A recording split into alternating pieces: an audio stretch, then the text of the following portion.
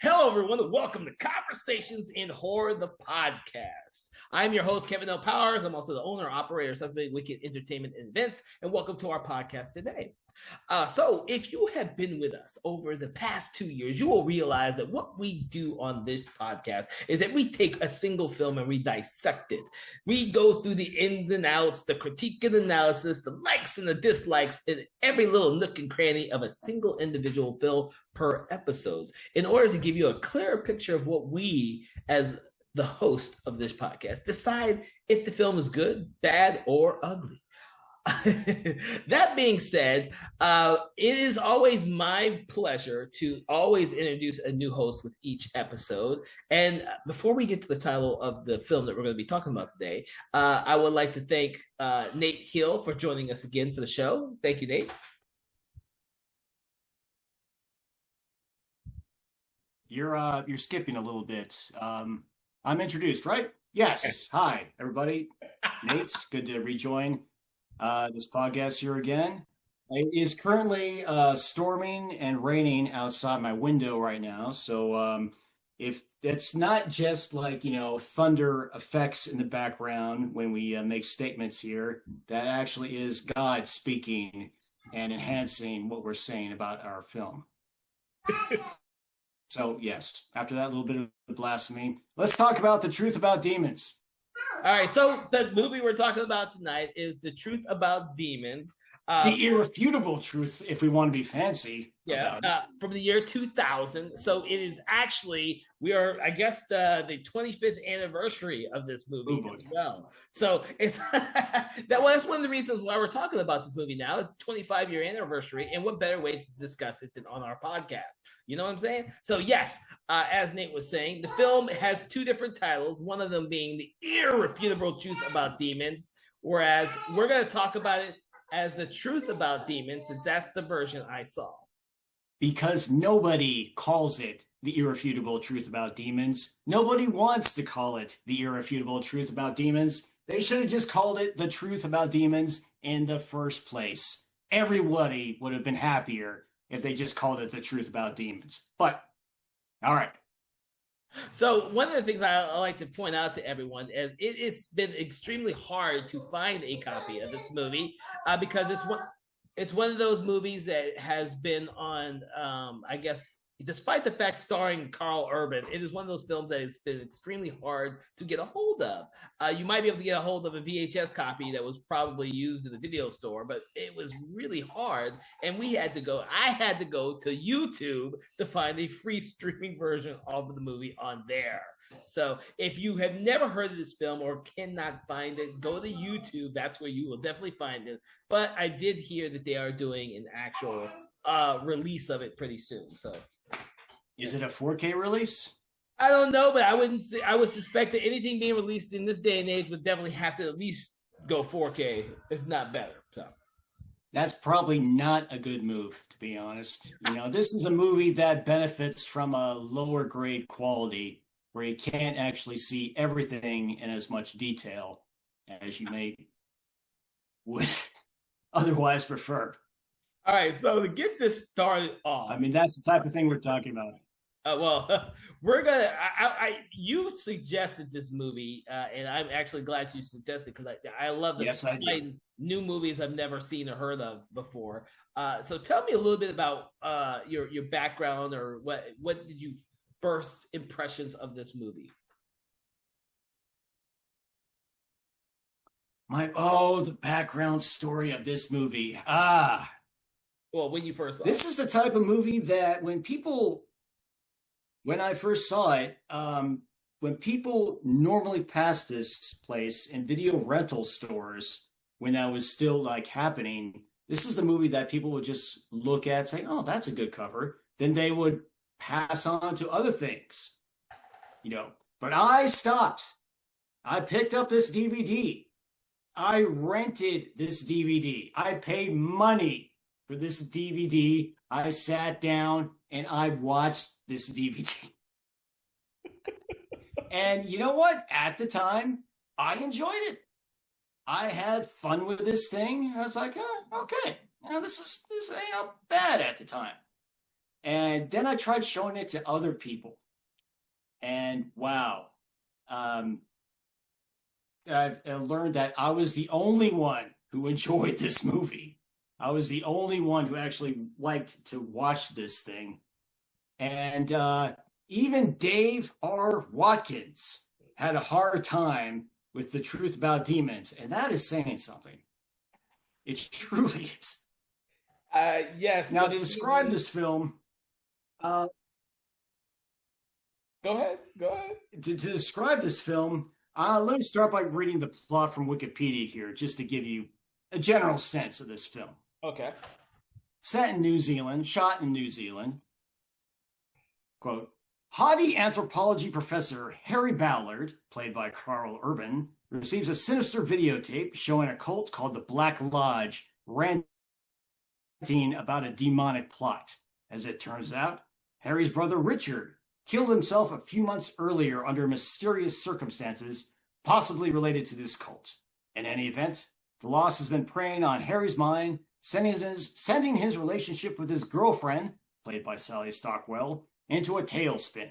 Meanwhile, a seemingly schizophrenic young woman named Benny, played by Katie Wolf, who has a penchant for lighting sparklers in alleyways for no good reasons, follows Harry around and snatches him from the jaws of doom after he falls into the cult's hands. The devilish leader, LaValiant, played by Jonathan Hendry, apparently has big plans in store for Henry, and soon the protagonist's grip on reality slips as the cult targets him for an upcoming ritual. Now, That actually does a pretty good job of doing the plot. this is not a bad plot. Well, this is from Wikipedia, as I said. You know, I cannot claim credit for this description. The way it works, when like the characters are like completely over the top, it's at its most entertaining, I thought. And the fact that it stars young Carl Urban goes a long way in its appeal. It does. I mean, he obviously doesn't have the star power at this point in his career. His acting chops aren't as good as they eventually become in, say, Judge Dredd or Star Trek or show on Amazon. The Boys. The Boys, pardon me. But, you know, his screen presence still does come through here. And you can see a lot of potential in Carl Urban and what he's doing. Yeah. He's And, the only what else? standout. He's the only. Kevin, this is your first exposure. Yeah. I'm sorry, I can't hear what you're saying at that point. No, I said that he's the only Carl Urban's the only one who actually kind of shines within the whole cast itself. Without him, it does seem like a straight to video film, and less like a bigger New Zealand project. I actually don't know what the budget was for this, but you know, it did make its way out of New Zealand, so that's something to be said. It's not high. It's not high. It's probably what, $4 or $5, and the No, plus, no. You know what? I think you. I don't. Food? I think you sell this film short. The thing is that it's a competently made film. I mean, it gets from point A to point B to point C, which a lot of low budget films can't even do that. It keeps Carl Urban's character, the professor, Harry. What's the Harry's last name, or is that his first last name? Harry Ballard. Yeah, I'm just gonna call him Dr. Harry because that is much easier. Harry's I mean, with Carl Urban in the lead, it's actually you can follow him without thinking that he's a douchebag or anything else because he automatically has an assumption that demons don't exist, and of course his whole ideology is being tested. Now, it also brings up his trauma with the fact that his brother died under mysterious circumstances, and he eventually finds out exactly what happened to him in for the most part, and it's all linked to this cult and these people that have thrust themselves upon And him. his day job as when he's not working at his day job as an anthropology professor, he spends his time debunking cults, which gets him on the radar. Well, you think it's what gets him on the radar of the Black Lodge, quote unquote. And starts off with them sending him a threatening videotape, which he does not take seriously. Mhm. I think it's his teaching assistant slash friend, who's Johnny. all about like partying and on drugs and whatnot, as Johnny, as these characters go along. He thinks, as soon as you get this threatening videotape from a bunch of satanic maniacs mentioning him by name, you think that would prompt Harry to go immediately to the police and say, hey, something's going on here. But no, he's like, it's just none of these whack jobs. I mean, this tape was made a year ago. Why should I even care about this? Mm-hmm. Which, obviously the way these things go, he obviously should care, but, he's not there yet. No, After he leaves, well, no, I was about to say that. I'm sorry?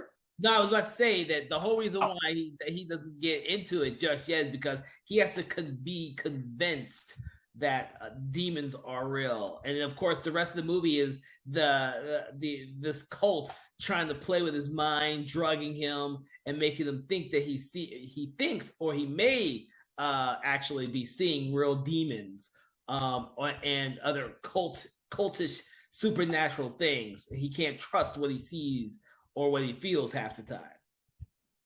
And it is established throughout the movie that Dr. Harry here has a history with drugs. And some things, there's a point where you start to indicate that weird stuff happening around him may or may not happen, which might say a lot about what kind of drugs are involved in New Zealand, available in New Zealand. One thing I should go ahead and mention right out the gate, though, this is an absurd little film that I still enjoy. Don't get me wrong. But it definitely helps if you disengage your brain a little bit before you start going into this. If you want a movie to do some shots or imbibing other substances while you watch, this is probably a good bet for you. Oh God. In any case, after Dr. Harry here, he sees this tape. He goes out to his car. He encounters another character named Benny. And Benny is a character. If you can imagine a version of Harley Quinn who has had a rough couple of years and is no longer funded by the Joker, but still pretty wacky. A thrift store Harley Quinn. That's a good way to put it, I would say. No, that's a great way to put it. But the thing about her is she's an odd character because you don't actually know why she's doing all this till closer towards the end. It almost seems as though they just threw this character in for no apparent reason, as though Harry needs someone who believes in everything to help guide him. That's kind of how I saw her character.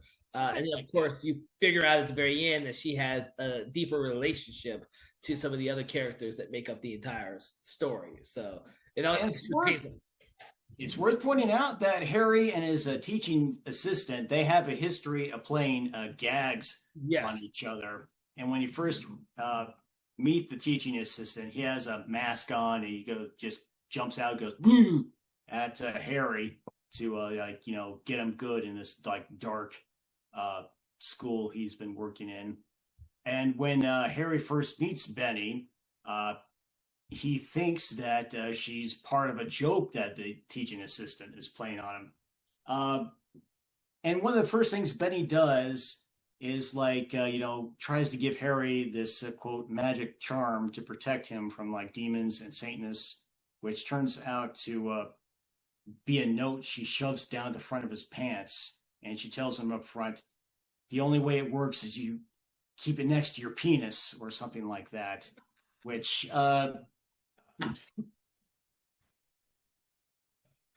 you think you'd be a little more freaked out about. But he's like, oh, it's my teaching assistant playing a joke on me, which is So I kind of attribute this film closer to another film that we did on the show earlier called John Carpenter's Ghost of Mars, where logic kind of sometimes gets thrown out the window and you just go with the flow because it's really simply to entertain you, no matter how batshit crazy stuff gets eventually. This one doesn't have nearly the charisma of, say, Natasha Henstridge and Ice Cube, but Carl Urban in this film, he a lot of shit happens to his character in this one. yes, it does.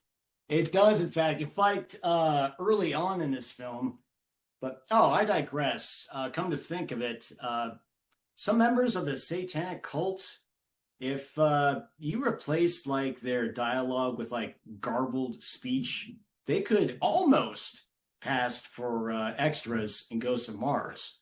Oddly enough. But after early on in the film, after Harry meets Benny, but after Harry encounters Benny, and he finds that like somebody has like plugged up the lock to his car with super glue. He encounters members of the Black Lodge for the first time, and these guys, wow. In this world of the truth about demons, there is nothing subtle about satanic cults. No. These guys are they look like they're all into S&M, and everything is completely over the top. They're all screaming most of their lives. The first guy you encounter with like the piercings, the tattoos, and the shaved head, he looks kind of like a joke at first, I thought. I mean, this is a wacky guy who's way too into body modification and shopping at Spirit Halloween every year. Yeah. But, they grab him with a couple other members of the cult. They drug him. They take him into this like warehouse slash torture factory that the Black Lodge has set up in. And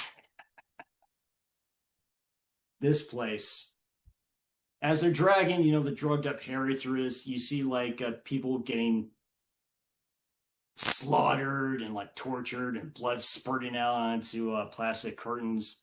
Harry passes out. They put him in like this locked room, and when Harry wakes up, he finds out he's chained to the floor with his collar around his neck, which was not really an effective imprisonment, to be honest, because Harry is able to get out just by yanking on the chain really hard and ripping out the floorboards. And he managed to duck down into the floor just before the satanic cult members come into the room and see him escaping. And this is probably my favorite line that ever comes out of the mouths of the satanic members. And in my way of thinking, it tells you everything you need to know about these Satanists. Because while Harry is crawling under the floorboards, getting away, one of the satanic cult members, he sticks his head in that same hole and he screams at Harry. I think it was, slave, get back here so I can hurt you. And if you can imagine the type of character who says something like that, you pretty much have a good idea of what these satanic guys look like. And on top of that, you would think the logical thing to do would be to follow Harry under the floorboards, crawl after him and grab him, drag him back to the torture warehouse. But no, that's not what they decide to do. What they wind up doing is taking a chainsaw, cutting into the wooden floorboards, and pursuing Harry with the chainsaw, which is not the most effective way to do it. All Harry has to do is just like move to the side to avoid it. But it's just an intense, over the top little scene there, and it cracked me up at the time. I like to reference think about the characters, the satanic worshippers in this film as sort of the characters. Like if you remember, if you remember the Crow, and if the henchmen to the main villain in the Crow, where they're over the top, completely over the top, and so that's how I saw these people here. Or like the people in the first RoboCop, that RoboCop's always killing the gang members and stuff. They're always whacked out hair. It seems to be they're always on drugs and shit. And that's how I saw those characters. I saw they're so over the top, drugged out, crazy people that it fits the tone of this movie because it's so batshit crazy at certain moments. Um, but it almost out of place because it makes all satanic worshippers seem like they're batshit crazy, except for the main guy. I forgot what his name was again. LaValliant. Yeah, the shaved head, goatee, who seems to just be dressed in black and looking like a warlock of some kind. He does. He does. Stylizing that little goatee just to make sure it's got the extra bit of Satanism going in that facial hair. This film plays out the perceived ideal of what a Satanist looks like or looked like. What they were missing, I think, were like just horns. Yeah, pretty much. With their... No, really quick, going back to the gang members from The Crow, I think even so, some of the gang members from The Crow would probably look at the Satanists and the Truth About Demons and be like, damn, chill out, man. Come on. Oh, shit. Oh, my God. But, I think despite how really batshit crazy the Satanists look, I think it's a good contrast to how Harry comes from this anthropology background who just doesn't believe in those type of cold people to begin with. I think if it had been more subtle, I don't think it would have worked nearly as well. I think it would have been like this weird, almost procedural cop type of detective movie instead of the batshit crazy Satanist versus anthropologist thing. I don't know how to describe it. It is an undescribable type of movie at times. In some ways, yeah. And as I recall, oh yeah, after he escapes from the warehouse, he's done his like crawl under the floorboards, gotten away from them. He stumbles through the streets, still on drugs, encounters a gay prostitute, wanders from there. He makes it to his dinner date with his girlfriend, who was actually a pretty good actress, all things considered. And yeah, he stumbles into this like nice posh restaurant with no shirt on, covered in sweat. He bruised. I think he might have been bleeding at some point. Well, I think he was too. I think he was too. Okay, but yeah, he's stumbling in there barefoot, and everybody's like just taken aback by this. He sees his girlfriend, stumbles over to her table, passes out. And as he's like falling unconscious, he sees LaValliant just happen to be sitting at a table nearby, making spooky eyes at him at the time. Well, it's funny. It's funny at the time because, like I said, I've only seen the movie once, and that was for this podcast. And at first, I thought, well, that's just convenient that he's in the restaurant where the Harry's date's supposed to be and he's supposed to be there. That's all convenient. But then of course you get it later revealed exactly his girlfriend's relationship to LaValliant. Oh yeah. Spoilers, by the way. Those are gonna be spoilers. Most of the people have never seen the damn movie, so we need to give them a reason to go out and see the movie. Oh, fair if they can find it. Also, it's further established that because of Harry's drug use, it's possible at one point that everything has been experiencing is all in his brain, all going on, which I guess we did mention that before. But it was a pretty quick plot point that was disproved fairly after it's came up. No, that's fine. But Oh, let's see. Yeah, after the restaurant, goes to the hospital, encounters wow, New Zealand cops must be dicks because those guys did not take him seriously, did not treat him well. And you think that someone who's a respected anthropologist slash teacher would be more respected, but he's not because of everything that's happening. But they're like, hey, we found drugs in your system, and you smoked a joint earlier, Yeah. and they must have okay, again, New Zealand must have great drugs down there. Yeah, well, and the drug usage, the hallucinations, they all play a part in the film because you're as a viewer watching this for a good amount of time, you're trying to figure out whether or not a lot of this stuff is in his head or not because you see the demons, but are they really demons or is he just seeing this shit because the drugs are not completely out of the system? And LaValliante's using that for his own purpose, which you don't learn until later on. I mean, there's a whole bunch of shit going on in this movie. It's not like despite its style, it's not a dumb movie with dumb characters. It's an arguable point. No, I enjoyed this film. I actually, despite my encounters with trying to show it to other people. And Kevin, you might be the first person I've talked to about The Truth About Demons who also enjoyed this film, actually. I enjoyed it more than I thought I was going to enjoy it, but that's because I had no expectations going into it. And I've seen other New Zealand films too. And the thing is, with the exception of maybe the Satanists being portrayed as extremism in the film, I like the concept of the film because it eventually is trying to showcase a person who is a complete non-believer and a debunker being forced to reconcile those ideologies with the fact that demons do exactly exist. And if they had not done the more supernatural ending to this film, you could have played up that it could have all been part of the drugs and the stuff that he was being fed by LaValliante.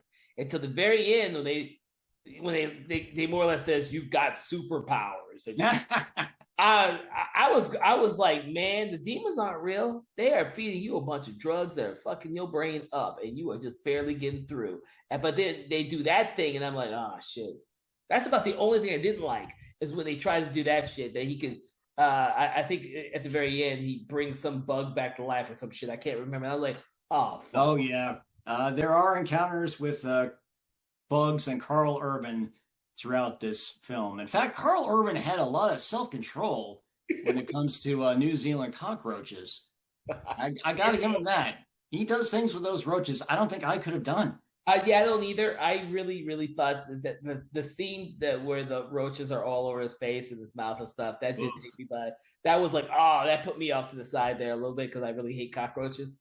And so that was like a moment for me watching the movie. And then, of course, the bug at the very end was like, oh, dude, I liked the concept that everything that these Satanists are doing to him is feeding him these hallucinogens that are making him believe things that aren't real. I love that concept. I think by the time you get to the end and they're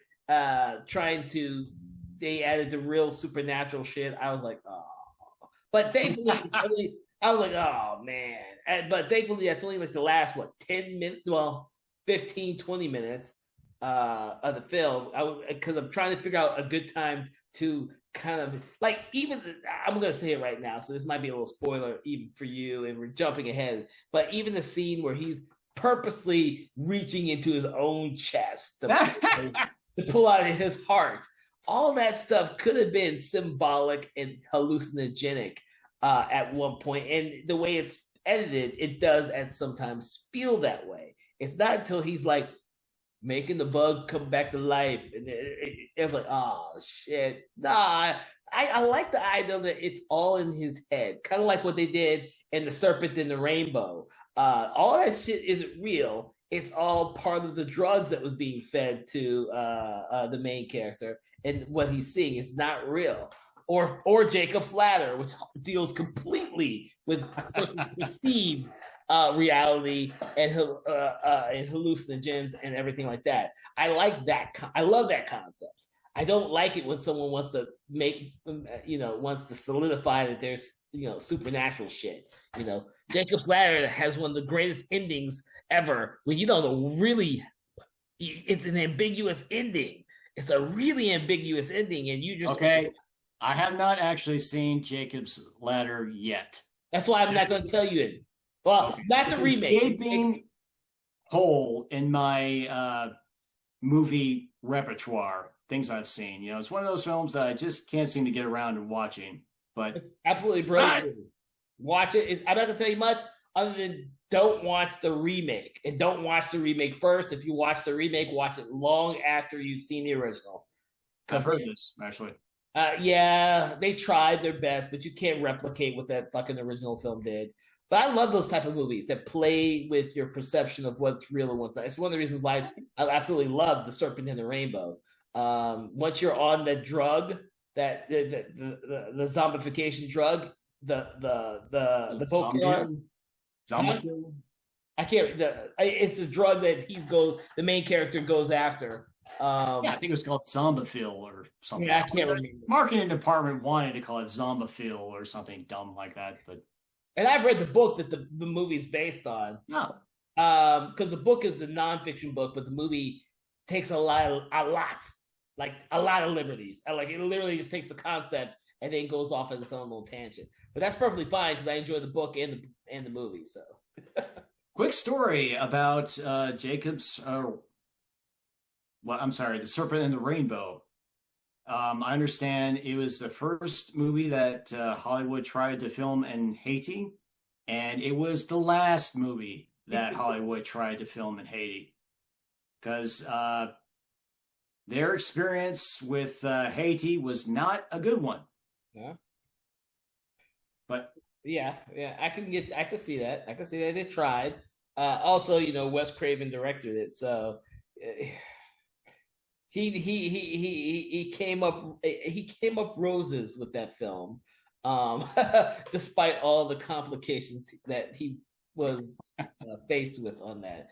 I've read some of the stories. I've not read all of them, but I've read some of the stories. But getting back to the Truth About Demons, the thing about this movie is it plays with your perceptions of what could be real and what is just in the main character's head, Dr. Harry's head, for a very long time. Fair. And it should be mentioned that the main reason, it's revealed that the main reason the Black Lodge is going after Dr. Harry here is that he has this, quote, vague power inside him that the cult leader LaValliant wants for his own. That doesn't really, they don't really get it into that so much until later in the movie. But this power apparently does allow him to rip open his own chest, teleport his heart around, and resurrect insects. Yeah, I know. I was like, okay, so he opens his own chest up, pulls out his heart, a second heart. The Black Lodge, they're the first ones that take his heart. They take his heart, and I was like, that's some crazy shit. Is this supposed so he can live without his heart at the Black Lodge? It turns out that Harry is like surprisingly mobile without his heart. Yeah, and that's part of the reason why I kept thinking a lot of this movie was like a perception of not reality, but of some type of hallucinogen of some type until the very, very end. So I was buying into the whole movie with no problems. And I'll still buy into the movie because I've seen plenty of movies that ruin the ending with a stupid reveal. But I did a podcast earlier about High Tension and the fact that the ending for that just has. Oh yeah. Yeah. So we've all watched movies like that has stupid reveals.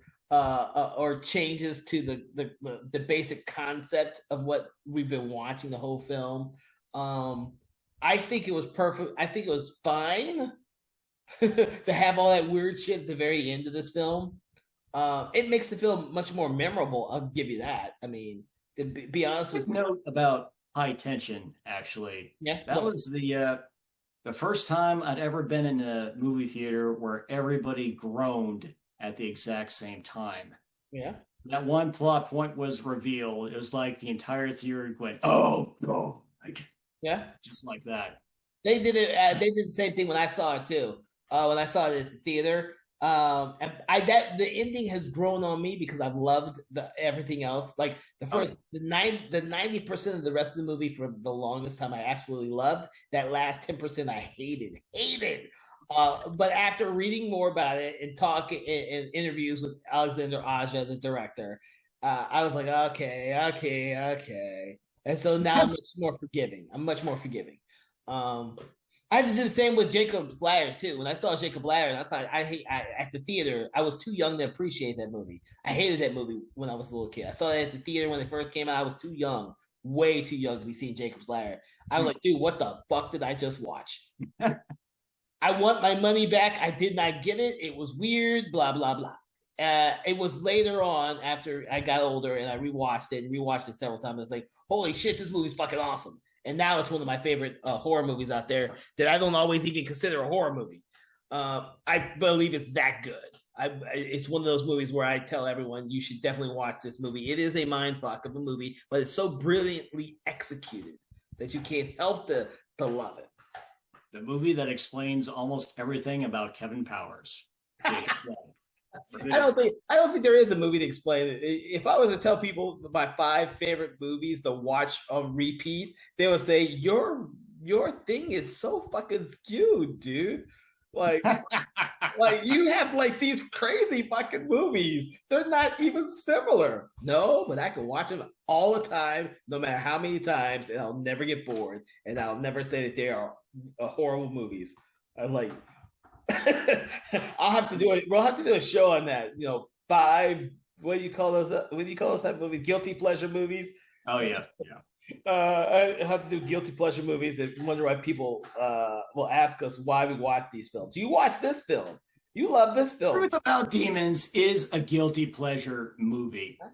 I know intellectually this is a rough experience for many people, but one that I still enjoy. You know what? I say the same thing about Evil Dead 2, which I think is a flawless movie, but you all know it's not a good movie by any stretch of the imagination. It's not a good movie, but it's a great movie I can watch a billion times and keep watching it. And I just saw it again like 3-4 months ago. I think I probably watched that movie 2 or 3 times a year, and I'd never get bored of that movie. Never. I think that film might actually be a little too drawn out at times. So, it might there's a tighter cut of Evil Dead that could be made. Yeah, see, but Evil Dead, the first one, I don't go back and watch it often. That was, for me, that was too serious and too straightforward of a horror film. Evil Dead 2, on the other hand, I have so much fun watching that every time I see it.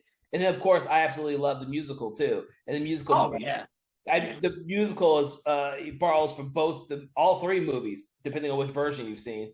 And I just love the Evil Dead 2 and Army of Darkness. Army of Darkness is also not a good movie, but hell, if I can't watch it a billion times and never get bored. Everybody loves Army of Darkness. Dude, film. I was one of the only 4 people who saw that movie at the theater, dude. I literally, I saw it on the weekend it came out. I begged my dad to take me to go see it. He sat outside after 10 minutes of watching. He said, "What the hell is this?" I could see it on his face. He didn't know what he got into when he was taking me to see this movie. He literally walked out the theater, and I didn't see him again until after the movie was over. I like, dude, I know there are people. Yeah. I know. Did the Pit Witch drive him out? My father was an action and Western guy, and when I took him to go see that, dude, he was out. He was like, dude, I don't know what the hell my son just took me to go see. Yeah, no. I remember that. I remember certain movies like that with my dad. My dad was like 10 minutes in, he'd walk out. I knew I had taken him to go see the wrong movie, and he just always took me to the movies I wanted to go see. You know, that's Yeah. not, that was great. I grew up with great parents, but you know what? I'm pretty sure neither one of my parents would have taken me to see The Truth About Demons. I doubt that. I'm sure it was in a couple theaters in New Zealand, but I would be shocked if, well, maybe there's a, well, Well, okay, maybe it could have been in a couple theaters. And, yeah. you Keep know, in mind that here in the United States, when it's a foreign film like from New Zealand, it may get into like the major markets: New York, L.A., Chicago, Atlanta is one of the major markets. We get a lot of smaller movies here that don't go all over the place. It'll probably make it into those, but then you won't see it again. I mean, when you look up the figures for these movies and they make like $300,000 at the box office, that's essentially what happens. They just get small little releases and then go straight to DVD or VHS, whatever was float your bubble in the year 2000. you know, uh, but I do remember the VH, like you. I remember the VHS box for this, but it didn't attract me enough to want to rent it, so I never rented it. I never, because I remember it as soon as I saw the poster for when you wanted to do this podcast on this movie. I was like, oh, I've seen that poster before. I had no interest in it whatsoever. huh. All right. I guess it says a lot about the poster design that it's stuck in your brain for all this time. It does because I watched a lot of crappy movies back then, based on the poster art, and then I remember seeing the poster art for this, but it didn't draw me in. And even though I would go back to video stores and rent movies after okay, I've seen everything here, seen everything. Oh, I haven't seen that one, but that one still doesn't look interesting to me, so I just skip it again.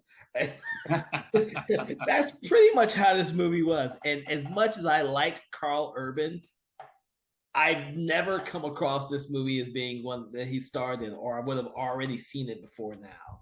I like Carl Urban.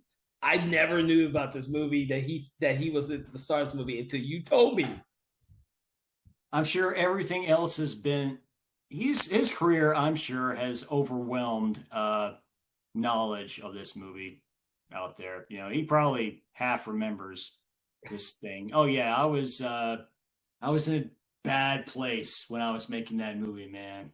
You know. You know what? It was only 25 years ago. So I don't think he was that bad of a place. I think what happens is, you do these movies before you make it big. And obviously, he made it really big. And then, you forget about him. And most every actor worth their grain of salt has done a low budget horror movie in their filmography that they would rather not mention. How many times do you hear Leonardo DiCaprio mention that he was in Critters 3? Never. Never. He doesn't mention it, I don't think I've ever actually seen Critters 3. First two, yeah, not the third one. Most people don't have never seen it. Most people I'm sure what's her face from Friends would rather forget that she was in Leprechaun. Leprechaun, which is a cult movie now. She can't live that one down.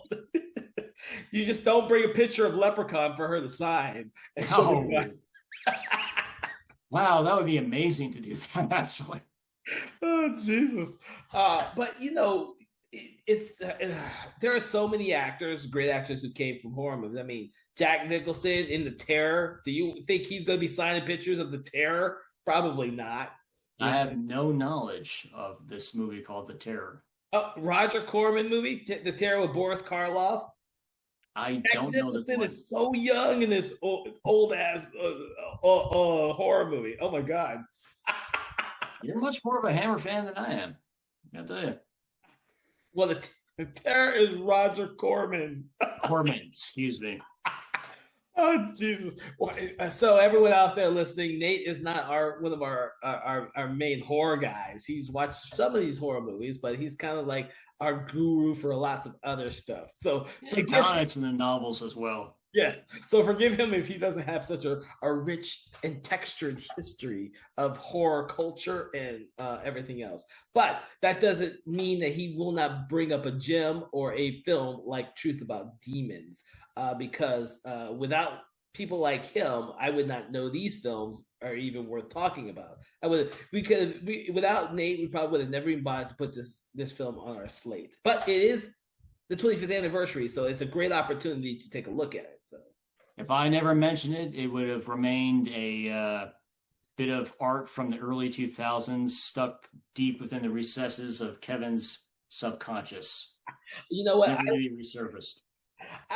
The thing, Nate, I do love talking about these rare old films that have been forgotten, or because the thing is, us horror fans out there sometimes forget that there are these great little gems of movies out there, and that need to be reassessed and reevaluated, and hopefully they become cult films. This one is not a cult film yet. Maybe it will be when someone actually bothers to fucking release it on a physical media so that our horror fans can actually watch a good copy of it. I guarantee you, if they did the impending release of this movie, if it's a 4K release that's been upgraded, it'll be reassessed, just like movies like I was about to say Lover's Lane, which was recently released on a brilliantly looking thing, or The Slayer, or all these other no-name films that people have forgotten about. But in the meantime, you do have YouTube. Yeah, Got that grainy quality to it. Yeah, that's what I'm saying. The YouTube you kind of need for this.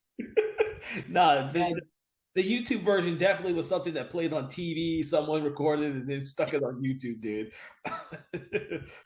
It's not that great of quality, but it's the only place where we could watch the film currently, unless you have a DVD or VHS copy of it. So. I do have a DVD copy of it, but for this one, I did watch the YouTube copy because I'm just that lazy. Oh, Jesus. But we do need to talk about the CGI demons in this film. We have to mention these things because this was rough budget animation for the early 2000s. And you can imagine how well that looks in the year 2025. Yeah. To give the animators credit, they did try to keep the demons dark and in shadow, which is definitely a good move for these things. But, they have got that sort of video game, not really their quality about them. Okay. Yeah. And the appearance of these demons is an interesting thing. One reviewer compared them to skinned and sectile monkey-like creatures that have been splashed with black paint or tar, and they're dripping this mix of dark blood on them while they crawl up buildings and lunge at people and things like that. Which I found that a fair description. Oh, wow. I have to wonder what might have happened if they had tried to go practical effects route with the demons rather than a CGI. But I don't know, maybe it was cheaper just to do it digitally. That's the early aughts, and everyone was trying to use as early CGI as possible because I don't think the industry for horror hadn't gotten to the point where it looked seamlessly great. But everybody was using it and everybody was experimenting with it. And now when you're watching those films, it seems really fucking dated, as opposed to if they had just used practical effects. I had that same impression of a lot of early aughts films, where I just can't go back and rewatch some of them. Well, I can, but I don't like to because the CGI was so questionable. I'm sure you watched the Thing remake / prequel, right? Yeah. I've seen the Thing remake or the prequel. Yeah, I thought the CGI took me out of the story for a bit. Didn't look quite where it needed to be. So the CGI didn't take me out of the movie. The CGI just made all the monsters seem too clean and too. You saw too much of them. The great thing about John Carpenter's is there's a lot of darkness and there's a lot of amazing effects. And when you see them in the light, they really pop. Whereas in this film, they don't.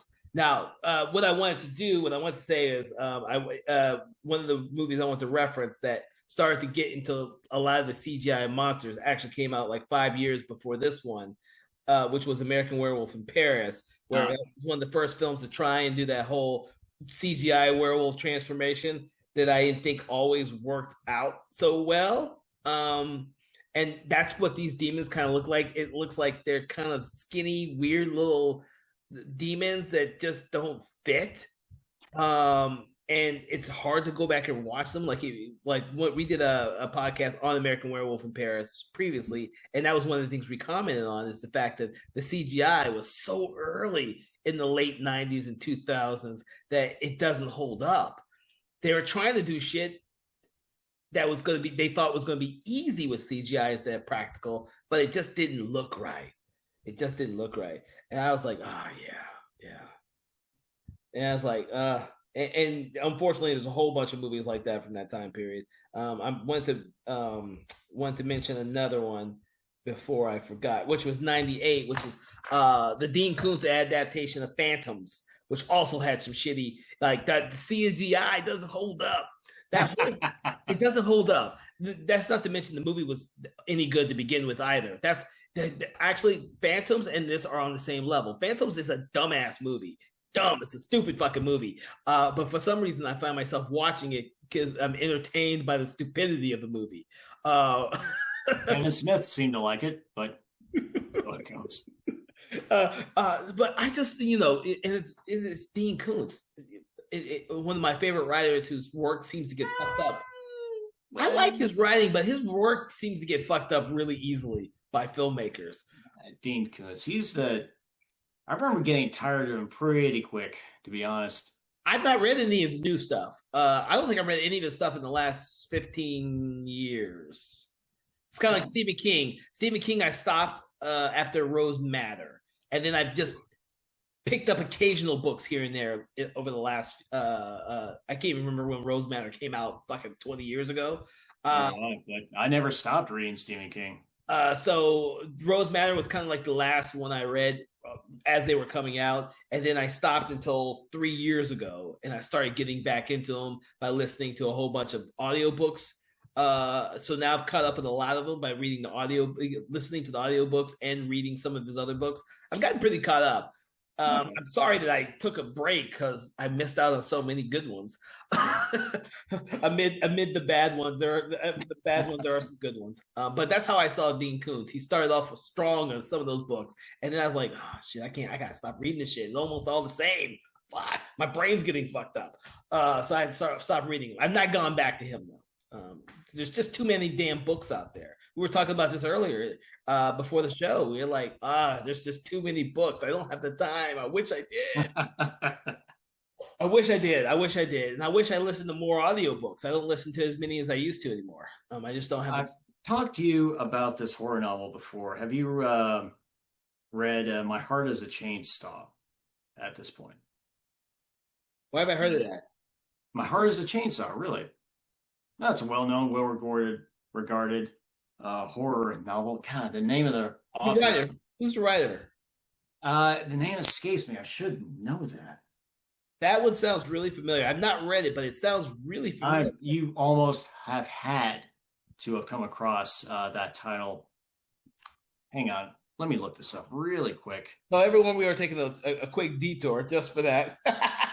But as we take this detour... okay, Stephen Graham Jones. Yes, thank you. Yes. I think I may have that book, actually. I just haven't read it yet. Okay. As a horror fan, as a slasher fan, you are going to appreciate My Heart is a Chainsaw. He's a great writer. I'm sorry? He's a great writer. I think I have that downstairs. That's why it was so freaking familiar. I was like, dude, I think I have that. I have like 3 or 4 of his books I have not gotten around to reading, but I've read like 4 or 5 of his books already. I love his style. So I have not. I went on a buying fringe like 2 years ago. Maybe it was you who told me about him, and so I picked up his book and I said, dude, this shit's awesome. And I picked up like 3 more and read those and like, this is great. And then I picked up like 4 or 5 of them. And then I haven't had to sit down and read the 4 or 5 I have. I think I have that one though. As I said, you're gonna like it. Well, yeah, you've pushed me onto several good authors that I picked up, and that I wish we wish there was enough time in the world to do podcasts on everything, because then we could do one on books. But the thing is, to do a podcast of books, we all have to reread books constantly, and I don't have time to reread that many great books. But as long as we got through all these different tangents off of this, off of the Truth About Demons, is there anything else you'd like to tell everyone about Truth About Demons? Because we touched upon everything, including the director of Truth About Demons. He went on to do a movie called Perfect Creature, which vampire movie. Yeah, yes, it was. And he also did a more recent film called The Deadlands, which I enjoyed, and I would recommend taking a look at. I don't think it's a period piece about I think they're called Maori warriors in New Zealand. Yeah. Yeah. I don't think I've seen that one though. Yeah, I've seen Perfect Creature one. I think I have that downstairs somewhere. I've never seen Perfect Creature myself. Yeah. I have it downstairs. I can't remember why I got it, but I do have it downstairs, and I watched it, which is funny because I guess I didn't go back to try and look at the other films he did, or I would have noticed about Truth About Demons. I'd be curious if they have that credit on the back of the Perfect Creature DVD and see if they had a plug for that on there. But we all know what Carl Urban went on to do. You know, he became this huge deal. He Judge Dredd, Star Trek, The Boys, of course. The actress who played Benny, Katie Wolf, she later became a producer and director in her own right, as well as continuing to act in projects down in New Zealand. Mm-hmm. I'm not familiar with the films she did. No, I don't. Yeah.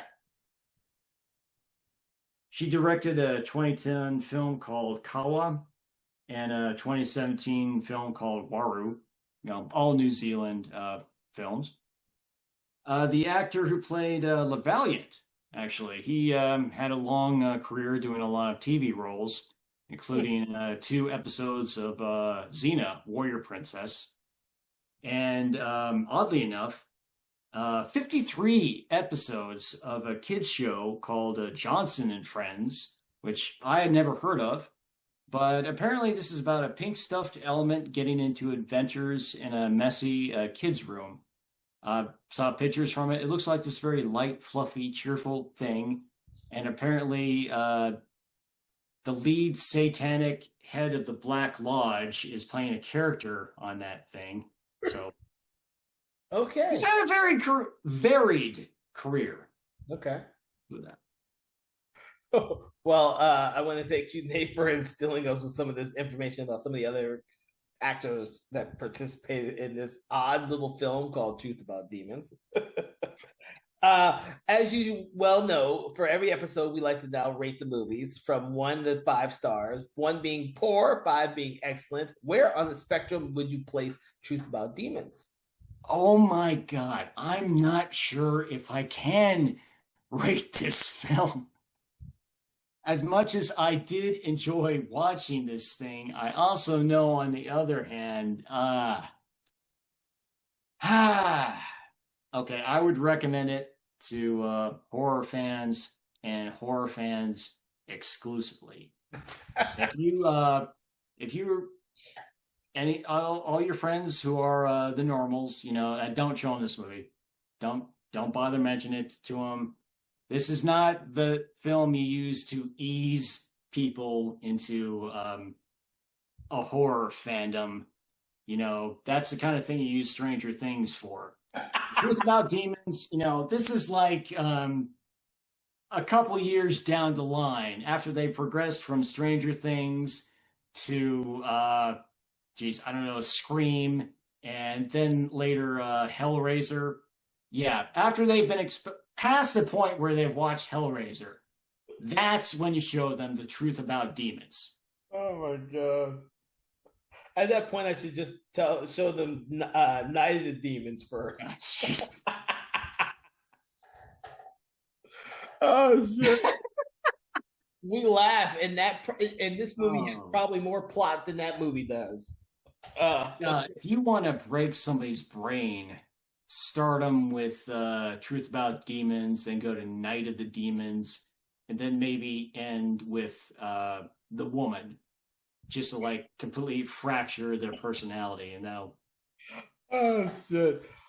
All right, I'm going to give. You know what? I'm going to be a little bit more generous with this film, only because I enjoyed the hell out of watching Carl Urban in one of his earlier films. So I'm going to give it a 3. It is. I honestly believe that if it had not been Carl Urban in the role, the main role, I probably would not given it more than a 2. I believe they even in Carl Urban's on-screen presence adds so much to this. It does. It adds so much. He has this on-screen charisma that you just can't deny, which has helped him for a lot of movies that are bad movies that he's in. I'm talking directly about the movie Doom, which is god awful, but he has this presence in that film that outshines even The Rock's, who I thought was dumb in that movie. God, we need to do that movie for this podcast. Doom, man. We're gonna have I'm gonna put it in everyone's head right now. We're gonna have a video game horror themed month at some point, and we're gonna come up with the Resident Evil and Doom and Silent Hill and all those other ones, because video games are also, been adapted to horror films, and we'll end it all with the 90s Super Mario Brothers movie. Oh my God. Oh, okay. So I want to thank you, Nate, for joining us on this episode of Conversations in Horror, the podcast. From everyone here at Something Big Entertainment, I wish you all a great day. Make sure to check out the podcast every week at 8 a.m. on Wednesdays, on your favorite podcast app, Spotify, YouTube. Make sure to subscribe so you never miss an episode. And also, when you have a time, check by our Patreon page and check out our sister podcast, Conversations in 4Color, which delves deep into manga, comic books, and graphic novels. From everyone here at Something Wicked Entertainment, have a wonderful day, and make sure to check out the truth about demons. Irrefutable truth about demons. Conversations in Horror is a Broken Lighthouse Pictures production, written, produced, and directed by Kevin L. Powers, executive producer Kelly A. Inoka.